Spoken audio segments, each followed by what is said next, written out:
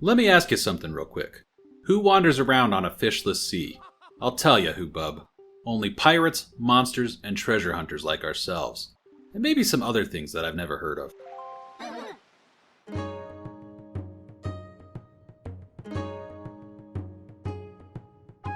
This is Legendary Adventures, a Legend of Zelda playthrough podcast.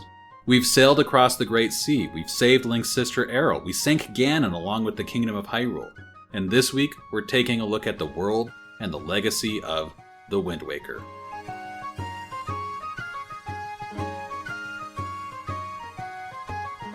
The world of the Wind Waker is different from any other world in a Zelda game released to this point. It's a world that doesn't strictly speaking take place in the fantasy kingdom of Hyrule, but on the Great Sea. Story-wise, the sea itself is the remains of Hyrule after a devastating flood. Gameplay-wise, it's different from anything before, because players are required to use a vehicle to cross it. According to director Eiji Aonuma, the decision to create a seafaring adventure came first. He told Computer and Video Games magazine in 2003, "In the Wind Waker, because we decided to put him on the ocean, his method of transport was a boat by default. It wasn't because we specifically wanted to put him in a boat. Travel by boat may be default as part of the setting, but it results in a world map and traversal across that map that is different from any Zelda game that came before it.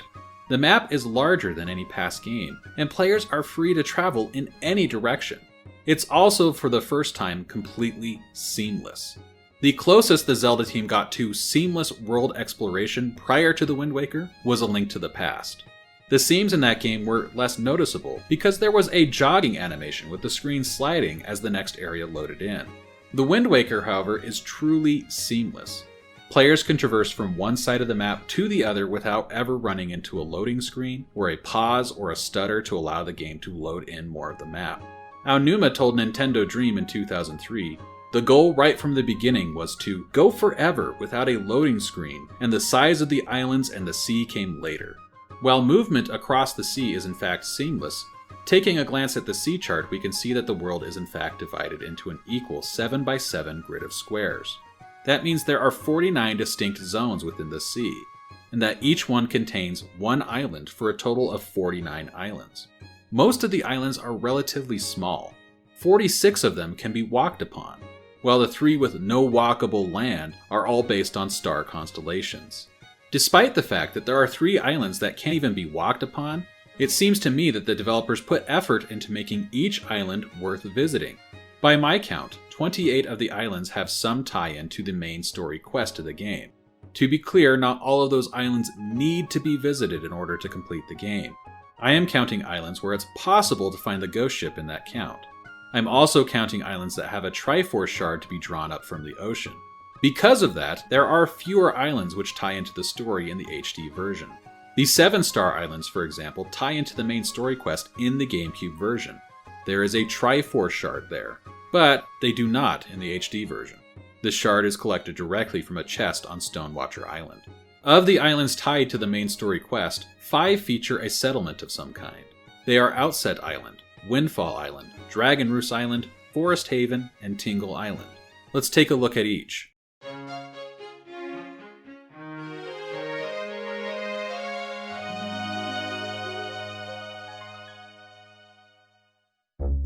Outset Island is the opening island of the game. It sits in the southwestern corner of the map, and is Link and Aryll's home island. Outset is actually 2 islands sitting side by side. 2 bridges connect each island. One bridge is near sea level and is in good repair. The other is a broken suspension bridge, which connects the island peaks. The suspension bridge completely disappears after players leave the island with Tetra. There are 5 buildings holding 5 homes on the island.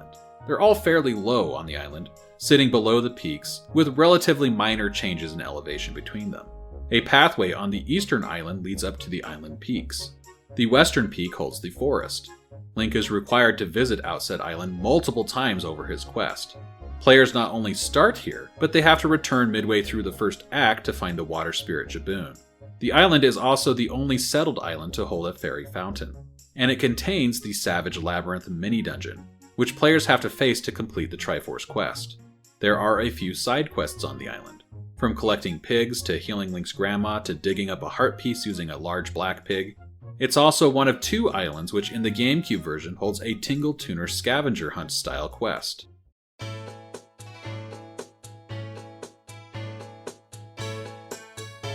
Windfall Island is perhaps the most densely packed island in the entire game. It's home to a merchant town and is highly vertical in its design. There are roughly 6 buildings. They contain shops, a home, a jail, a schoolhouse. Players will have to visit Windfall multiple times to complete the game. First, when the King of Red Lions brings Link to the island following the first visit to Forsaken Fortress, and then again when Link needs to get bombs from the pirates. I think it's probably possible that players could limit their time to just those 2 visits, but it's much more likely they're going to visit it much more. Windfall is home to many side quests, side stories, and mini-games. It sees the biggest changes as players advance through the game, and through the side quests. In the past, I've described Windfall as having echoes of Majora's Mask's Clocktown, and they are just echoes, but there are lots of little stories to find here. For example, Lenzo's apprenticeship of Link reveals secrets of the islanders. Lenzo himself has secret meetings with a pictography enthusiast, Minako. And though they deny it, the 2 do seem to be an item, or at least Minako hopes they will be. The changing fortunes of 2 girls kidnapped alongside Aryll and their fathers are also fun and interesting stories and side quests to explore. Link can help Zunari not only expand his business, but customize Windfall Island with decorations which they buy from him.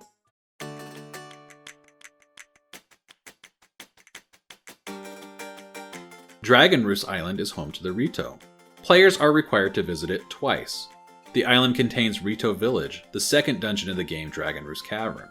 Players also acquire the most important song from the game here, the Wind's Requiem.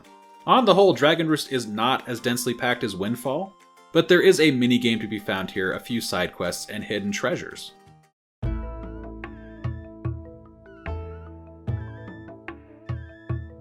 Forest Haven is home to the Great Deku Tree and the Koroks. Players are also required to visit this island twice.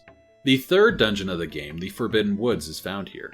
There is a potion shop, and unique resources like forest water and forest fireflies. It's also home to the game's largest and most extensive side quest, the Nintendo Gallery.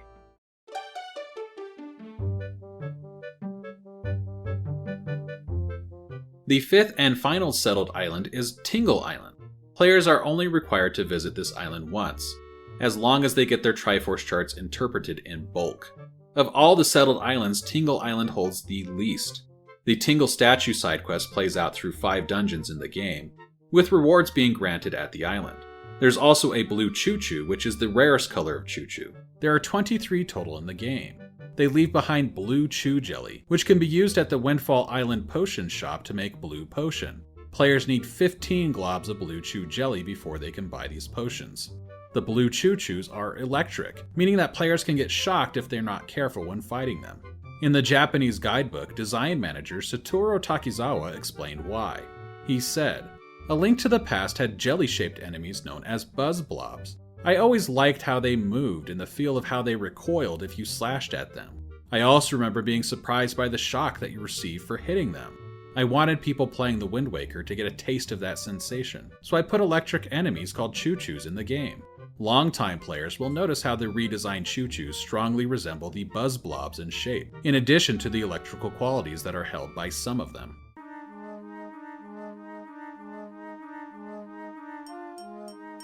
Four other primary islands house dungeons. They are the Forsaken Fortress, the Tower of the Gods, Headstone Island, and Gale Island. Of the remaining quest essential islands, they hold necessary items or abilities, Triforce charts, Triforce shards, or their locations that the ghost ship can appear. 3 of them are the Triangle Islands, which hold statues that Link places the Goddess Pearls into in order to reveal the Tower of the Gods. The essential islands are spread out across the Great Sea, but there is a particularly dense concentration of essential islands on the 5th row from the top of the sea chart.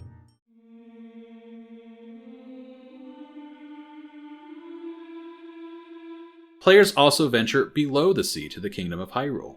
This area is fairly limited. It contains Hyrule Castle and the 7th dungeon of the game, Ganon's Tower. A magical barrier prevents players from traveling to the tower until they have powered up the Master Sword and repaired the Triforce.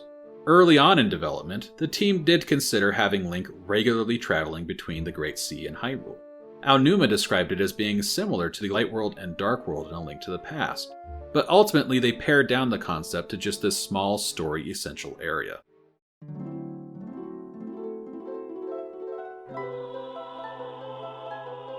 There are 20 hidden caves spread out across the Great Sea. By my count, 12 of these caves do not tie into the main story.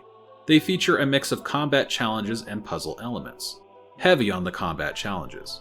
There's also 7 great fairies across the sea, and the Queen of the Fairies for a total of 8.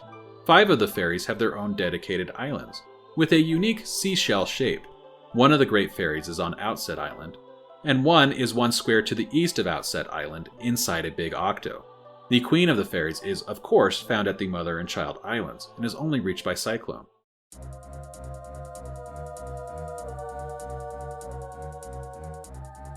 There are 6 reefs on the sea.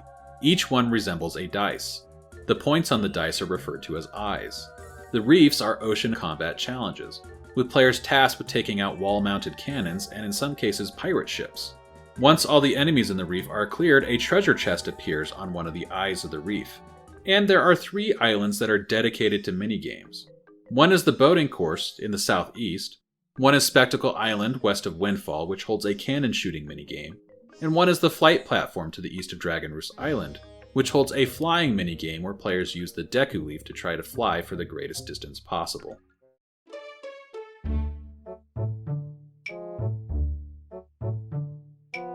The sea chart is filled in and the islands are marked by finding fishmen on the map, and then feeding them all-purpose bait. The fishmen mark the map and provide Link with a hint. It's similar to how players filled in the map on Majora's Mask, in which players had to buy maps from Tingle. While players don't use rupees to purchase portions of the map in the Wind Waker, the bait could be viewed as an alternate currency used to buy maps from the fishmen. After getting the bow, players can play a target shooting minigame at any island they've already visited by feeding a fishman.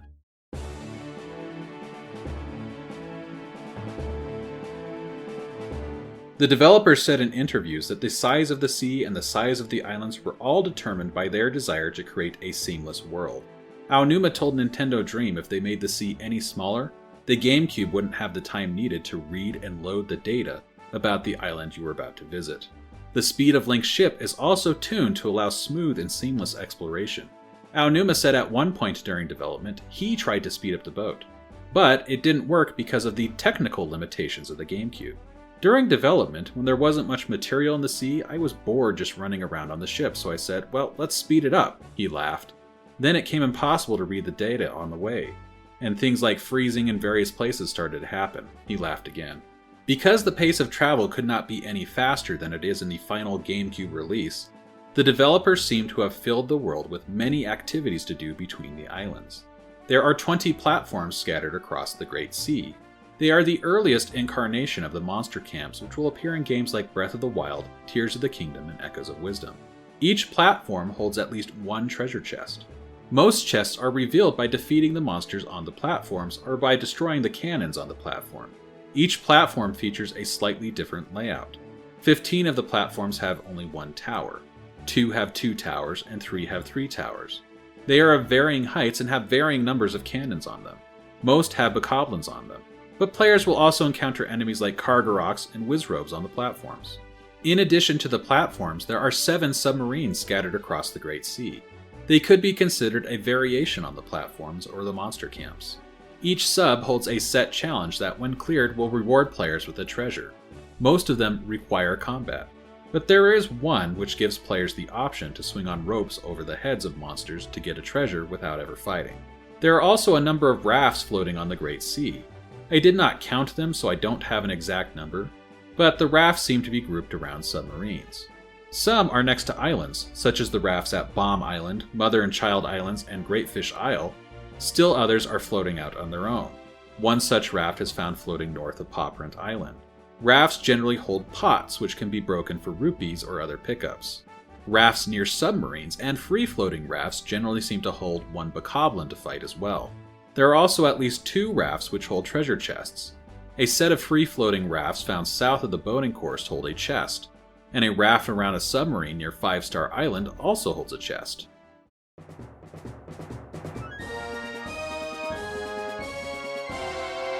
There are 6 big octos scattered across the Great Sea. These are essentially mini-bosses which players have only a limited time to defeat. A whirlpool pulls the player towards the octo. Each octo has a varying number of eyes on it, which are its weak points. Players can hit the eyes with the boomerang, the bow, or the cannon. When an eye has taken enough damage, it turns black in the GameCube version, or it glows blue in the HD version. When all eyes are black or blue, the octo is defeated and it leaves behind a reward. If players are not able to damage all of the eyes, the octo sucks them up and then spits them out to another location on the map. Seagulls flock over big octo locations. There are dozens of light rings scattered across the Great Sea. These are locations of hidden treasure chests. Small light rings hold chests which yield rupees. In my experience with the GameCube version, the majority of these seem to be red rupees worth 20, though there are sometimes purple or yellow rupees in chests. In the HD version, the red rupees seem to have been replaced with purple rupees worth 50 rupees. There are at least 5 squares on the sea which feature light rings which only appear at night when the moon is full. 46 of the sea squares also feature light rings which can only be located with the assistance of the Tingle Tuner. These seem to be a mix of red and purple rubies. Each island has a chart associated with it, which leads to a larger light ring and a bigger treasure. In the GameCube version, there are 41 standard treasure charts, which yield treasures like silver rupees, heart pieces, and special charts like the platform chart, big octo chart, and light ring chart. 8 of the charts are the Triforce charts, which lead to the shards of the Triforce. In the HD version, 5 of the Triforce charts were removed and were replaced by 5 additional standard treasure charts.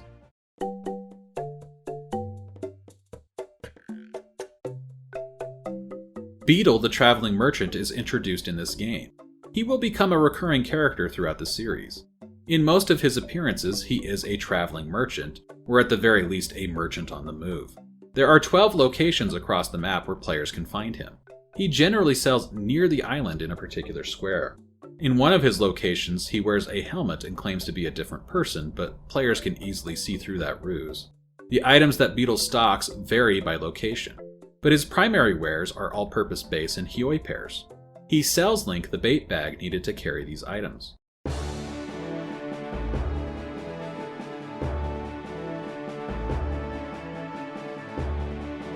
There are also what I refer to as barrel courses which appear on the Great Sea.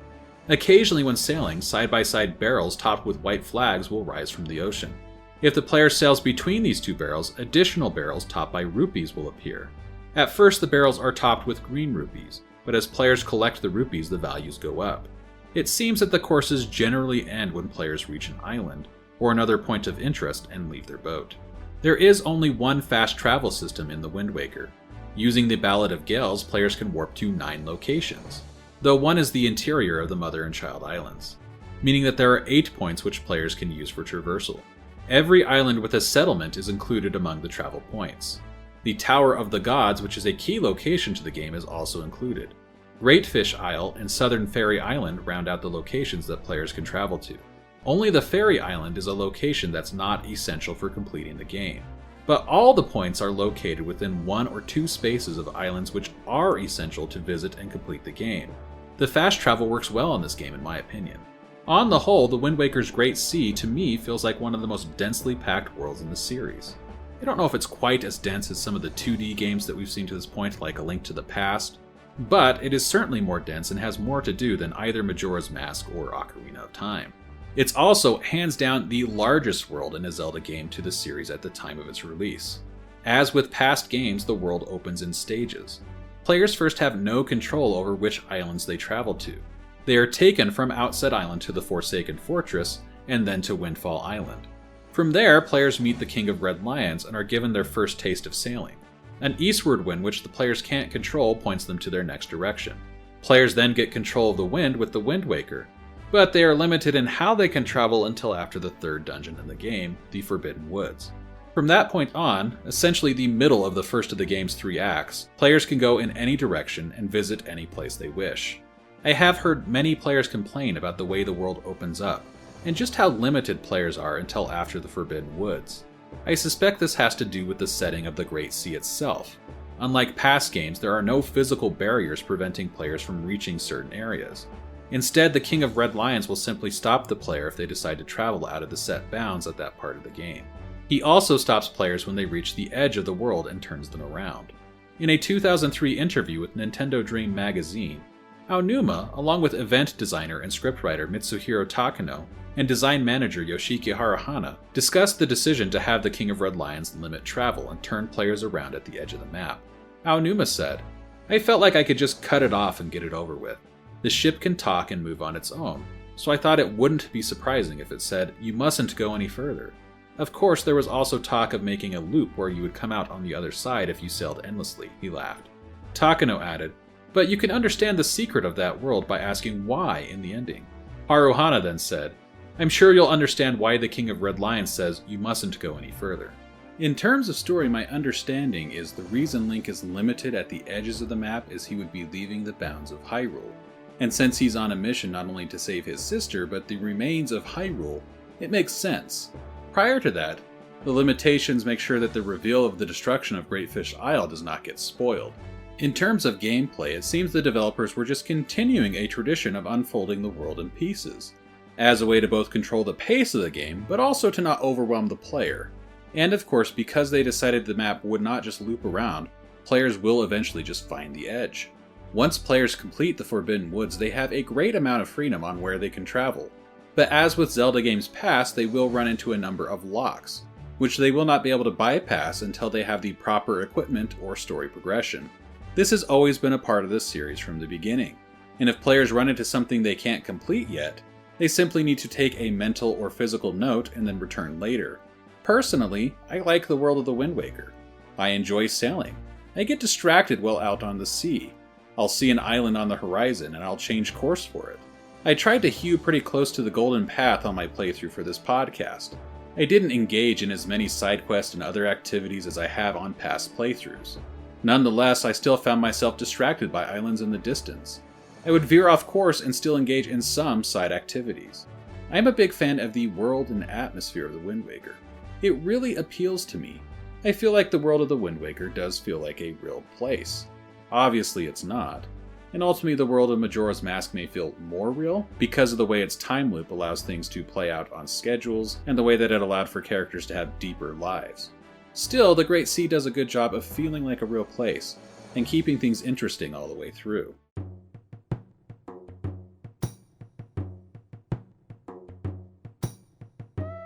In terms of legacy, The Wind Waker may well be one of the most impactful games on the Zelda series as a whole, though the developers certainly did not travel in a straight line to get to that point.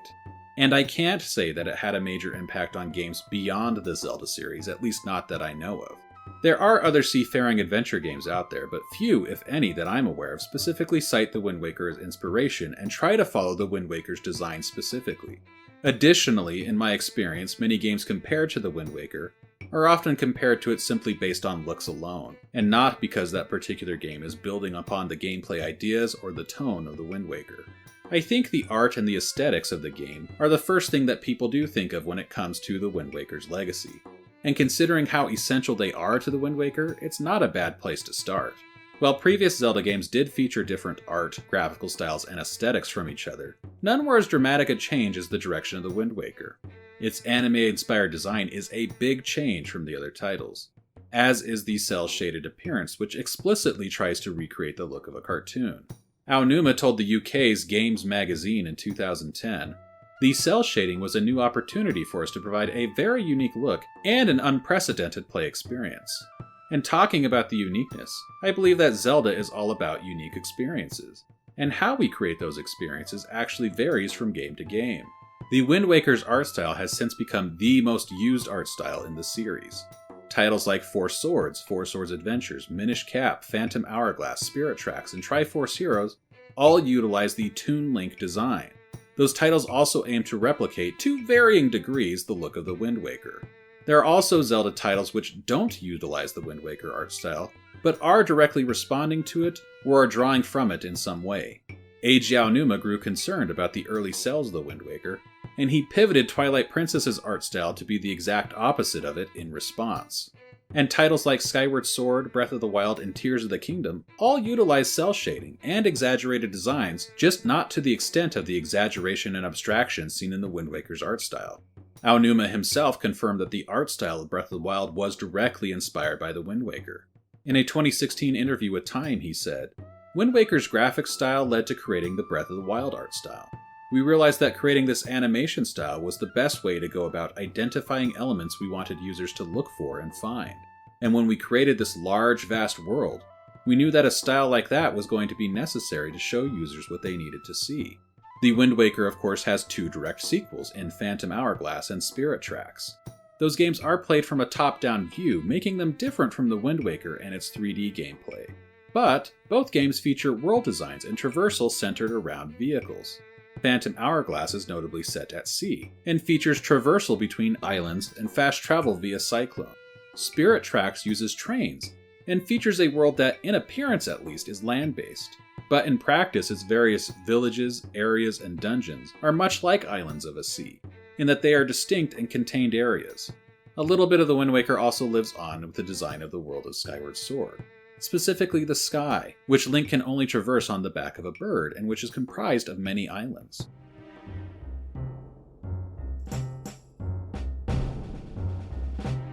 The Wind Waker introduced several gameplay elements, some of which were quickly embraced by the series and some that weren't immediately iterated upon, but the Zelda team eventually came back to.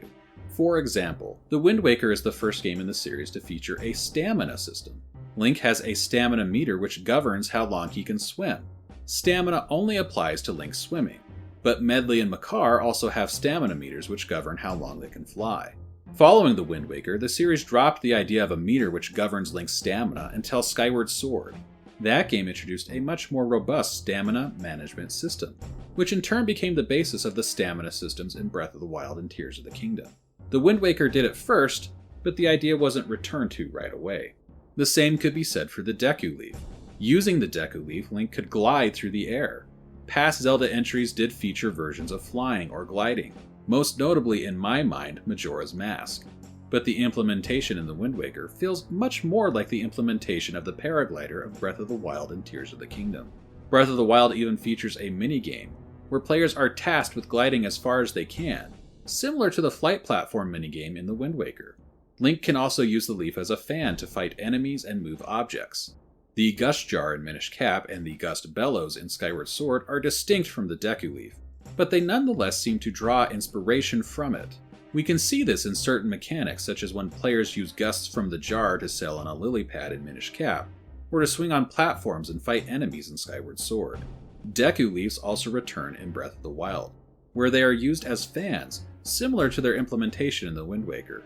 Players can also fuse some items to weapons in Tears of the Kingdom, and create similar fans to the Deku Leaf. The Wind Waker was also the first Zelda to feature the ability to swing on ropes. Not all titles have embraced this feature, but it does appear in Skyward Sword, with the whip in that game functioning similarly to the grappling hook. A variation is also found with the whip in the Spirit Tracks. Aonuma told Nintendo Dream in 2003, the lead programmer wanted one of the themes of this project to be strings. That explains the prominent use of ropes and vines throughout The Wind Waker. It may also explain why ropes are never quite as prominent again, because no other title made them a core theme of the game. The Wind Waker is the first game in the series to allow Link to pick up and wield enemy weapons. Enemies can also pick up and use some alternative drop weapons. The game puts limits on these enemy weapons by limiting their use to the immediate area that Link is in. He cannot board the King of Red Lions while holding an enemy weapon, and he'll drop it when passing through doors. That idea didn't really continue forward at first, other than in a few scripted instances, such as the Koloktos fight in Skyward Sword. And that is until Breath of the Wild. Players could once again pick up and use enemy weapons, and enemies could use dropped weapons as well. In contrast to The Wind Waker, Breath of the Wild and Tears of the Kingdom limit the use of weapons by making them breakable. The Wind Waker's world design was also a major influence on recent titles like Breath of the Wild. In 2013, Aonuma told Kotaku, "Wind Waker HD is kind of a testing ground for us. With Wind Waker, we were able to accomplish for the first time to create a seamless experience." That same year, he told IGN, "Wind Waker really takes the biggest look at Hyrule. It has the biggest world of all the games in the Zelda series, and players are able to move around it freely, crossing the oceans, riding in the boat. That free movement is something we've come to know now as an open world environment." He continued, "The player is always discovering new things within that world. rather than just wandering around a physically large area. That's something I want to continue doing in the development going forward, creating that environment where they can explore and find new and interesting things. So, as I said, The Wind Waker was the first game in the series to feature a seamless world, and it's something that the developers would not accomplish again until Breath of the Wild. While that game is set on the land, there are a number of similarities in the design and flow of the world, and the world of The Wind Waker. That includes the platforms mentioned earlier in this episode, which were implemented as monster camps in Breath of the Wild. Likewise, Breath of the Wild uses elevation to draw the player's eye to points of interest. This is also true on the Great Sea, which has its islands, platforms, and submarines stand out and draw the player's attention. In fact, I feel that many of the non-settled islands in The Wind Waker could be viewed as sort of proto-shrines. There are tests of strength in the many combat challenges scattered across the Great Sea, but other islands hold puzzles and challenges that would not seem out of place in Breath of the Wild or Tears of the Kingdom. I'm thinking of places like Horseshoe Island, which sees Link playing a game of golf to access a hidden cave, or the Angular Islands, which holds a hidden cave, inside of which players must manipulate a stack of blocks in order to climb and shine a light on an intangible chest and collect a treasure. The Wind Waker's islands are ultimately different from the shrines.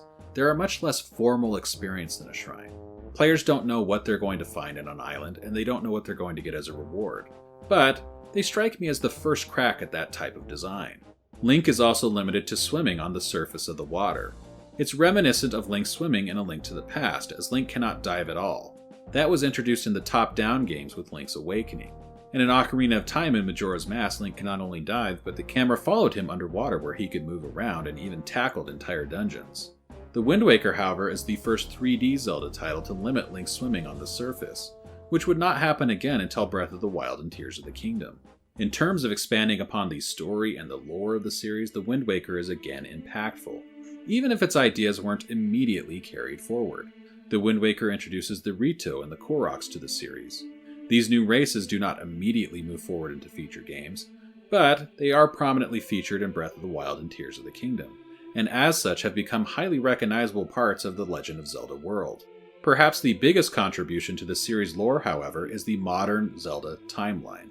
When the series was first launched, the stories of those games were laid out in a fairly linear and straightforward timeline.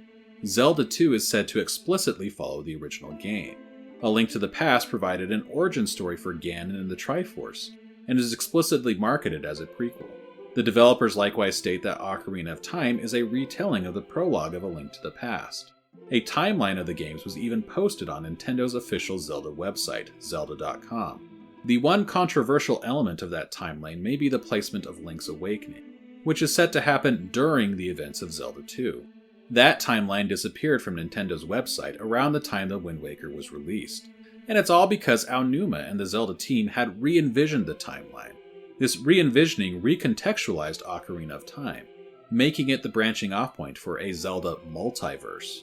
Aonuma told IGN in 2002, "We think as you play through the game, you'll notice in the beginning, the storyline explains some of the events of Ocarina of Time, and you'll find hints of things from Ocarina of Time exist in The Wind Waker 2. There's also a more complicated explanation. If you think back to the end of Ocarina of Time, there are 2 time period endings in that game. First, Link defeated Ganon as an adult, and he actually went back to being a child. You could actually say that the ending where he was an adult, The Wind Waker takes place 100 years after that. Around that same time, Aonuma and series co-creator Shigeru Miyamoto participated in an interview with GamePro. They were asked about the timeline. Here's an exchange between Aonuma and Miyamoto. Aonuma said, "You can think of this game as taking place over 100 years after Ocarina of Time. You can tell this from the opening story, and there are references to things from Ocarina of Time located throughout the game as well." Miyamoto then asked, "Well, which point does the 100 years start from?" Aonuma replied, "From the end." Miyamoto clarified, "No, I mean as a child or as a..." Aonuma replied, "Oh right, let me elaborate on that. Ocarina of Time basically has 2 endings of sorts. One has Link as a child, the other has him as an adult. This game, The Wind Waker, takes place 100 years after the adult Link defeats Ganon at the end of Ocarina." Miyamoto ended the discussion with, "This is pretty confusing for us too." He laughed. "So be careful. The official timeline, now recognized by Nintendo, was first published in Hyrule Historia, with a revision in the Zelda Encyclopedia, and that revised version is now updated online. At the time of this recording, Echoes of Wisdom was just added to the timeline on Nintendo's Japanese site, but the change is not reflected on the English language site just yet. As currently envisioned, the timeline has 3 splits. First, an adult timeline, branching off from the moment that Link defeats Ganon as an adult. The Wind Waker and its direct sequels fall within this timeline. Second, a child timeline, branching off from when Link was sent back in time to live his childhood. Majora's Mask, Twilight Princess, and Four Swords Adventures all fall in this timeline. The third branch is created by an unseen, hypothetical Ocarina of Time ending where Link is defeated by Ganon. Most of the series falls into this third branch. Breath of the Wild and Tears of the Kingdom, however, never received an official revealed placement in the series. Aonuma stated in multiple interviews in 2011 that he keeps a confidential document which only a few people within Nintendo were allowed to see. It laid out the timeline in full. Speaking to Game Informer, he said, "Obviously we've made so many games now that we can't help but think how those games are connected to one another. However, that consideration comes late in the development process. When we create a new game, we don't start with a present notion of what the story is going to be or how it's going to flow. We start by focusing in on what the core gameplay element is going to be and then develop from that. There is a document on my computer with a stamp on it that says Top Secret. I actually haven't even shown it to many of the staff members. One of the special privileges of being producer of the series is that I have the right, as we are finalizing the game's story, to decide where it fits in. While The Wind Waker certainly started this concept of a split timeline, it doesn't mean that the developers had it all figured out as it is currently constituted. It seems the timeline is a living document, which has changed as the series grows, and based on Aonuma's own feelings and input from the directors of the games. In the case of The Wind Waker, I think there are elements which provide evidence of an earlier idea of the timeline, such as the reveal of Tetra being Zelda. This seems to only make sense to me after the so-called tragedy of Zelda I, which serves as the prologue of Zelda 2.